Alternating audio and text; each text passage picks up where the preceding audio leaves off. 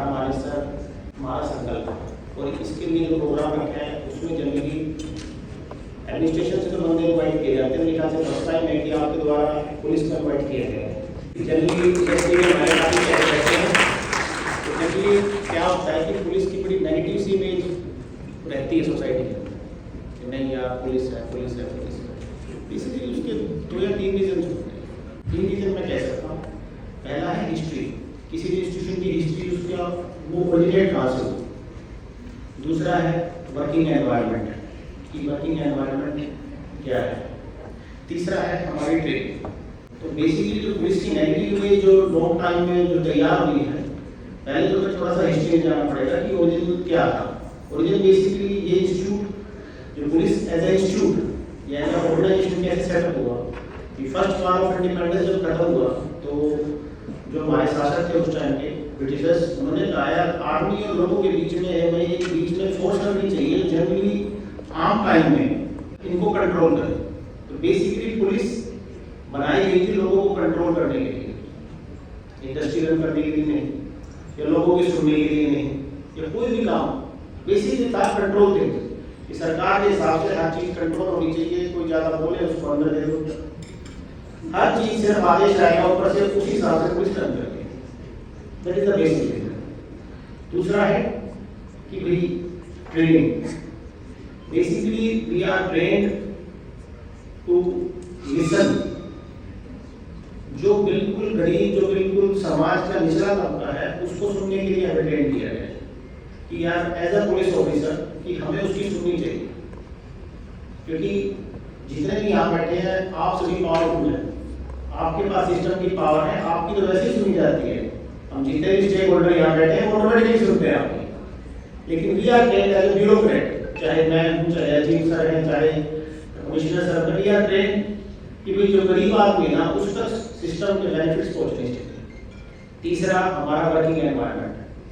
Working environment से मतलब क्या है कि जब भी हम फील्ड में ऑपरेट करते हैं ना, हर तीसरा आदमी हमें आगे ये कहता है कि तू जानता है मेरा बाप को।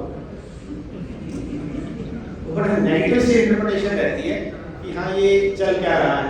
तो पुलिस उसी एनवायरनमेंट में काम करते करते बड़ी नेगेटिव माइंडसेट में चली जाती है। That is the reason.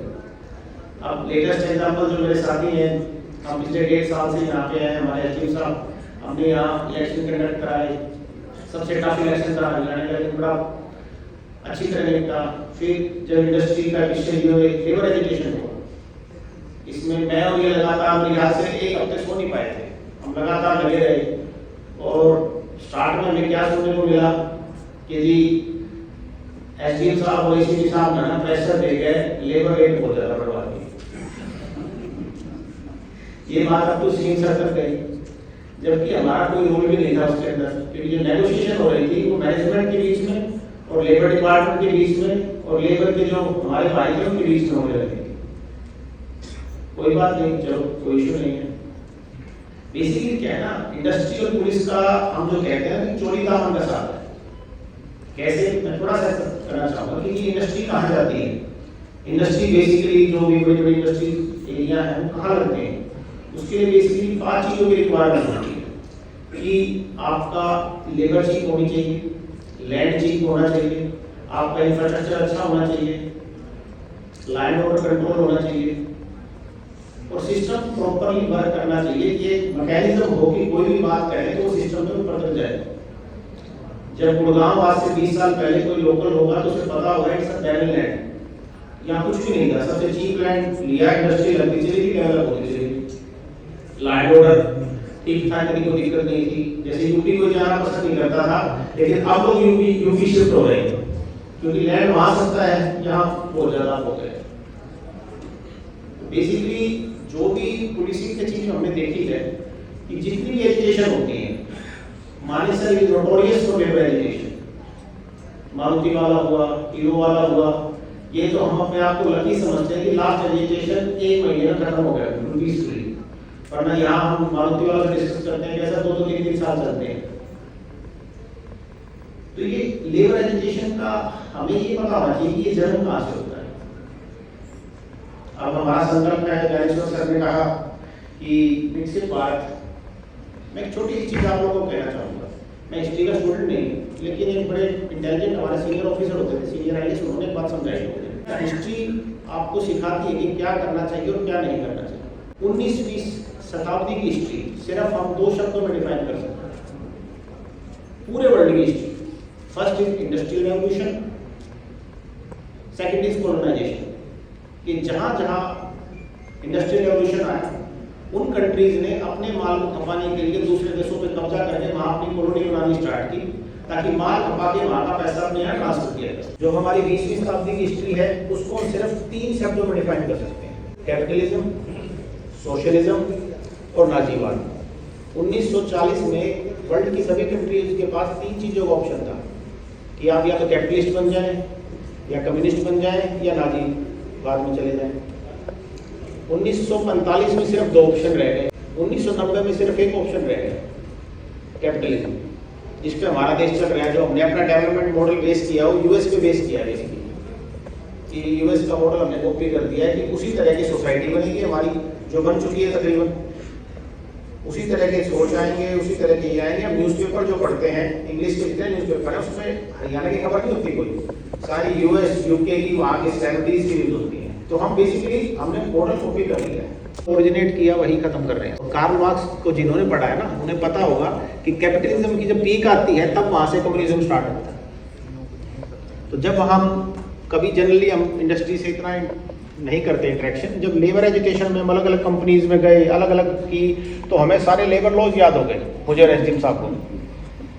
सारी जितनी अलग अलग इंडस्ट्रीज के लोगों से मुलाकात हुई हमारी, तब हमें समझ में आया कि जो एक इम्पोर्टेंट कंपोनेंट है लेबर, उसको ये नहीं लगता कि ये इंडस्ट्री मेरी है। उसे ये लगता है कि मेरा तो शोषण हो रहा है, बस सिर्फ मेरा शोषण हो रहा है। क्योंकि बेसिकली क्या है ना, जैसे एक सेक्शन है, हम एक आइलैंड की तरह हो गए हैं कि इंडस्ट्रीज है, उसकी लेबर कहाँ रहती है, जो गांव लोकल गांव वाले हैं वो उसके बारे में क्या सोचते हैं, बिल्कुल सेक्लूडेड। उनके रेंट्स इतने बढ़ गए थे, इलेक्ट्रिसिटी चार्ज इतने बढ़ गए थे, 500 रुपये पर केजी की गैस मिल रही थी उनको,